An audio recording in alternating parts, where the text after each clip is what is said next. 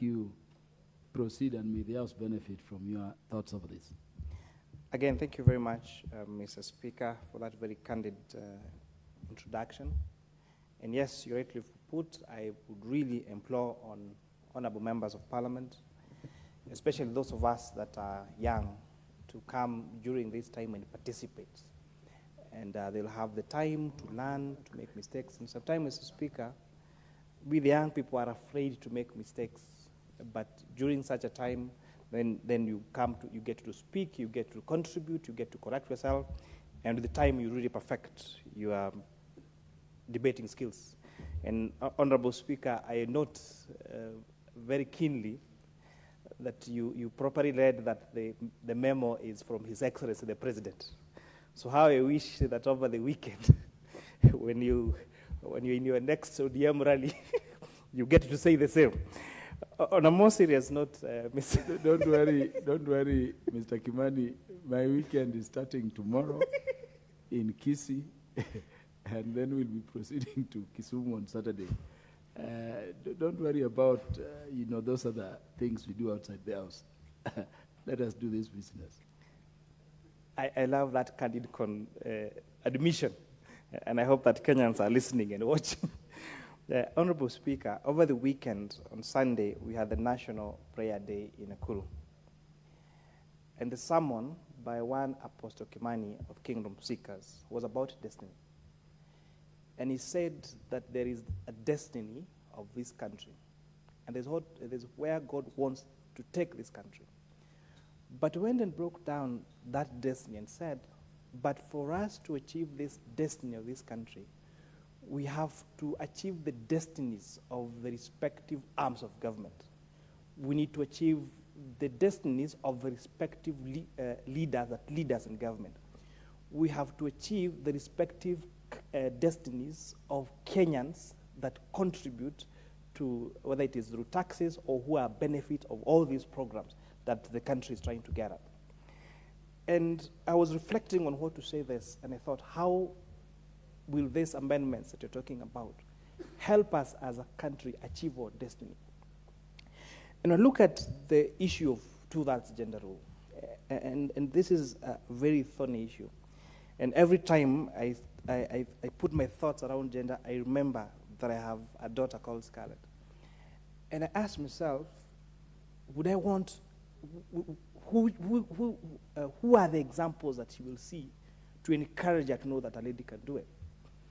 And these are some of the leaders that have given the floor of this house as members of Parliament, as Senate, and His Excellency the President has appointed 50% of them in the cabinet. And so I'm sure that the table, the big table, is no longer a table of men. And if we have a way of making sure that everybody is bound to make sure that that table where decisions are made, there are as many women as possible. So that even the little one, as early as when they're suckling from their mother's breast, as early as they're going to play group, as early as they're in junior primary school, junior secondary school, they can see that they can become engineers, they can become members of Parliament, they can become senators, they can even become presidents. Then you have a people that collectively will achieve their destiny. In that way, we'll have a country that will achieve its destiny. But without going that way, then we're bound to fail. This debate of two-thirds have elicited a lot of emotions from male colleagues, and sometimes most of the women colleagues, if you talk to them one-on-one away from camera, they have a problem with it. Why are some of these people opposed to us enshrining the two-thirds in the Constitution and us passing legislation to make sure that we achieve this? It is because who are the beneficiaries of these laws? And I'll give you an example of what was said about nomination. When you have a chance to nominate people, when you have a chance to give employment to people, who are those people that get those positions? And as much as we enrich this in the Constitution, which I very much support, we must look at that. There's one author called Jaggi Vasuda, an Indian, who said, if you seek success, seek competence. and empowerment and do nothing but the best. So even in as much as we're seeking to have women leadership, we must make sure that we seek competence in this women leadership. And once we solve out that issue of ensuring that the privileges we are extending to our great women of this country, that there is competence element, then we will be able to solve this. Everybody will support us, and every Kenyan will be happy to support this motion. Also in Nakuru, Mr. Speaker, we have 11 constituencies. And when it was a chance to go to elect people at the ballot, the 11 constituencies chose a very unique mix of leaders. If you go to Naivasha, they elected a lady, the Honorable Jane Kiara, for the third or fourth time.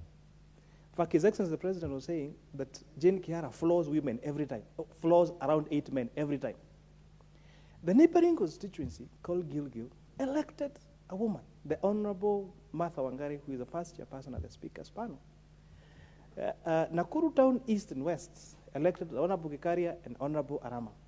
Bahati constituency elected a woman against all odds under Jubilee Party, the Honorable Irene Joki. Subukia re-elected my good friend, Honorable Kashofi. Njoro, my neighboring constituency, re-elected a woman, the Honorable Charity Kathambi, for the second time. Ameru, in a Kikuyu constituency with a mix of Kalenjin brothers and sisters, re-elected for this, the Honorable Charity Kathambi. Of course, there's myself in Molo, the first time to be re-elected, the first time they ever re-elected anyone for the last 30 years. And then there's Kurisoi North and South by the Honorable Tanui and the Honorable Mutai, and Rongai now the Honorable Chabal. What am I saying? We have those constituencies elect women in an elective position that had very strong men. If you talk about even the age mix, our elder is the Honorable Jane Kihara. And then they elected the youngest. He was truly from Molo. What does that tell you about the electorate? That the electorate are looking for competence, mainly looking for competence. They are not even looking for age. Kenyans are not interested in youth, in people, in young leaders. They are not interested in women leaders. They are interested in competent leaders.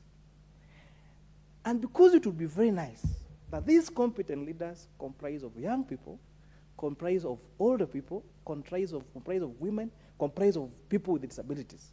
I was surprised when I learned one of our members. He's actually, yes, the Honorable MP for Westlands, Honorable Tim Onyonyi.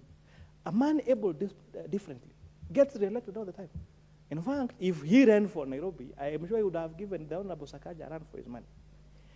Re-elected again and again, even when he's on a wheelchair.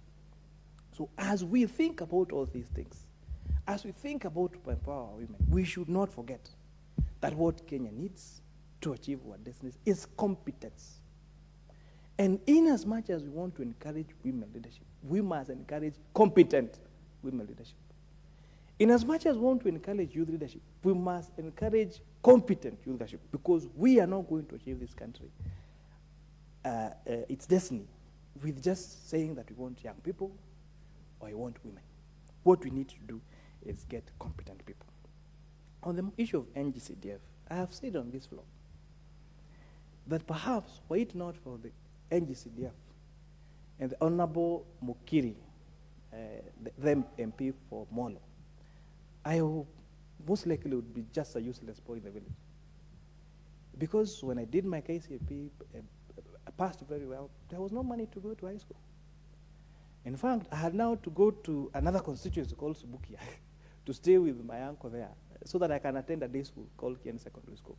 And even through that day school, it is the Honorable Mukiri who used to support my education through bursary. That's why, for me, CDF and bursary must be very critical. But as we do that, we must address the issue that we talked about, the size of constituencies, the population. You know, yesterday, my comrade, Honorable Dendi Nyoro, did something very beautiful in Kiharu. And now that has sent a lot of pressure to most constituencies, because they're saying, why is Dendi getting this money does not come into other constituencies. But perhaps, if you address the issue of You just add him 2 minutes only, so that he can conclude that important point. Thank you, Honorable Speaker. But if you address the number of schools per constituency, the population, then we would be able to find what is happening in Kiaru, what's happening in Molo, and many other constituencies. I have sat with some of my friends, my colleagues in other constituencies. Mine is not so big, but it's not so small either. I have around a total of both primary and secondary schools, they are over 100. But there are some, the Honorable Zachary Thuku, MP for Kinankop, tells me he has 150 schools. So how is he supposed to distribute the same money to 150 schools when the Honorable Teacher Ikajo, my friend, he has only 5? So you must really address the issue of population and the issue of the number of these projects in these particular schools. Lastly, on the issue of office of opposition, I would urge this House to address this very but in this context, this office is not being created for the Honorable Raila Odinga. The objective of having this, Honorable Raila Odinga is very lucky that he is one of the few politicians who can just turn up anywhere and people will turn up, a lot of them, and listen. And when he's raising serious issues, when raising Kenyans' issues, Kenyans get to hear. But what if we do not have that? I'm looking forward to having an opposition that when the president is naming his cabinet, the official leader of opposition names his shadow cabinet. When the Minister for Finance is reading the budget, then we have the opposition minister reading the budget. And then Kenyans can compare who among these could be a better leader. And the only way to do so is to allocate resources to that office as important as that of the leader of opposition, because this is a democracy, it must be a democracy. And we must achieve our destiny as a country. And thank you, Honorable Speaker. Thank you, Chair Finance, for those enriching presentations.